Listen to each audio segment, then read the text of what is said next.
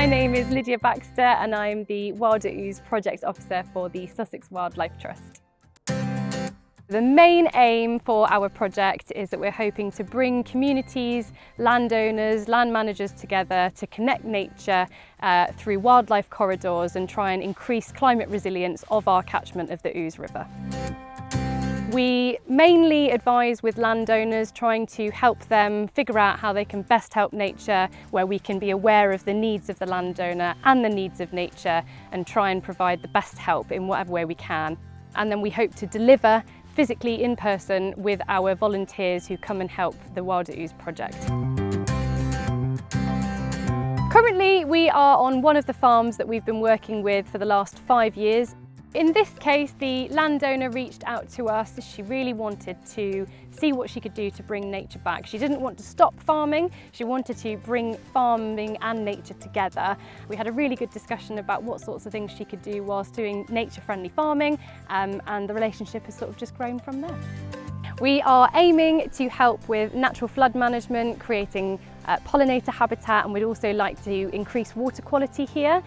In the last century, unfortunately, this area was felled and land drains were installed, but they haven't been built to last. So now what's happening is they're becoming compromised. They're generating these sinkholes, which is not only an issue for livestock, it's also an issue for machinery, where tractors can get stuck. And we're also finding that the water is very stagnant here, where it's sitting for long periods of time and it's becoming anoxic. So here you can see that there's this reddy brown colour, and there's an awful lot of life that is unfortunately slowly dying off in this water, and that's due to the low oxygen levels of the water just sitting here with no clean flow. It's also not being filtered as the water's going through, so it's allowing all sorts of pollutants to enter the brook at the bottom of this field. Here we're looking at what we call some cascading scrapes. They essentially hold the runoff water that was forced up from the ground when we bunged up those land drains that we were talking about earlier. And the whole idea is they not only slow the flow by holding lots of water in each individual scrape, of which there are many in a series, but by adding these brash bundles that you can see, they're helping to filter that water out and make it far cleaner. So by the time it reaches the brooks at the bottom of the field, that water quality has greatly increased. One of the really nice benefits of creating these little wetland areas is that we're attracting all sorts of species that may not have been welcomed here before. As you can hear, hopefully, we've got skylark now. They have not been recorded on this site for around 30 years. So just by making these areas and inviting nature back, we're having a lot more life present on site. We've also found owl pellets nearby. We've got water boatmen, as we can see right here. In January, we came and visited the site and we could see that there was frog spawn, and later on we came back to check and they had indeed turned into little frogs.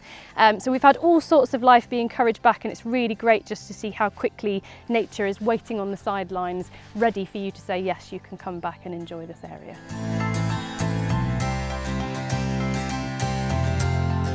And here we have planted a wonderful traditional hedgerow. Hedgerows are great because they not only provide a valuable source of food for pollinators through their flowering, but they also take up lots and lots of water. So they are a great way to do natural flood management.